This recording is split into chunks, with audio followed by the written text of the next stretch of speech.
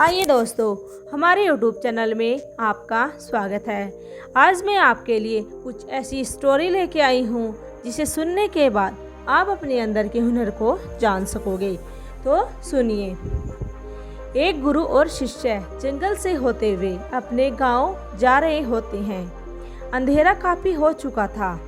शिष्य ने अपने गुरु से कहा कि गुरुजी, काफ़ी रात हो चुकी है, अगर आप कहें तो रात आज की यहाँ के किसी आसपास के गांव में ही गुजार ले।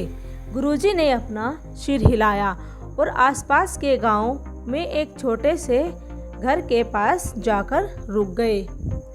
अब जैसे ही वहां गए तो गुरुजी के शिष्य ने दरवाज़ा खटखटाया। उस घर से एक गरीब आदमी बाहर आया। गुरुजी ने बोला, हम अपने गांव जा रहे थे, लेकिन काफ़ी रात होने की वजह से हमने इसी गांव में रुकना सोचा। क्या आज रात हम आपके यहाँ रुक सकते हैं? गरीब आदमी बोला, हाँ क्यों नहीं, आप दोनों अंदर आइए। अब जैसे ही गुरुजी अंदर गए, उन्होंने देखा कि उस आदमी के घर में बहुत ज़्यादा गरीबी है। गुरुजी ने उससे पूछा, आप क्या काम करते हो? गरीब आदमी बोला, मेरे पास बहुत सारी ज़मीन है। तो गुरुजी ने बोला, अगर तुम्हारे पास बहुत सारी ज़मीन है तो इस तरह से क्यों रहते हो? अब आदमी बोला, यह किसी काम की नहीं है। गांव वाले बोलते हैं कि ये बंजर है, यहाँ पर कुछ भी नहीं उगाया जा सकता और वहाँ फसल उगाना बहुत बड़ी बेवकूफ़ी होती है। गुरुजी ने बोला कि तुम्हारा गुजारा कैसे चलता है? उसने बोला कि मेरे पास एक भैंस है जिससे मेरा पूरा घर चलता है। यह सुनने के बाद गुरुजी सो जाते हैं और रात में जब सब सो जाते हैं तब गुरुजी अपने शिष्य को उठाते हैं और उस गरीब आदमी की भैंस लेकर गांव चले जाते हैं। शिष्य अपने गुरु से पूछता है कि गुरुजी, कहीं आप ये गलत तो नहीं कर रहे हैं? उस गरीब आदमी की रोजी रोटी इस भैंस से चलती थी। तो गुरुजी अपने शिष्य की तरफ देखते हैं और मुस्कुराते हुए कहते हैं। उस बात को तकरीबन 10 साल गुजर जाते हैं। गुरुजी का शिष्य जो था वह बहुत बड़ा गुरु बन चुका था।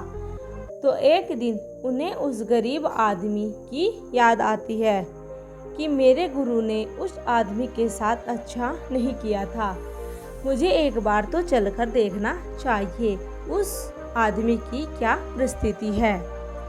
वह शिष्य उस गांव की तरफ जाता और वहां जैसे ही पहुंचता तो वह देखता कि जहां पर उस गरीब आदमी का झोपड़ा था वहां पर एक बड़ा आशियाना बन चुका है और एक झोपड़ी के बाहर जो बंजर ज़मीन थी उस पर फल फूलों के बगीचे हैं।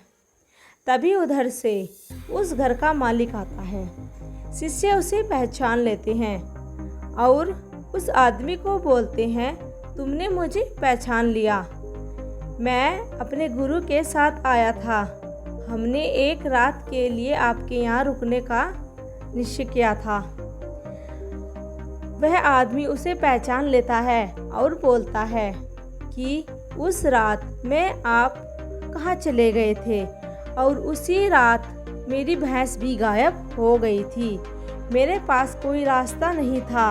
मैंने अपने ज़मीन पर मेहनत की और फसल निकाल ली।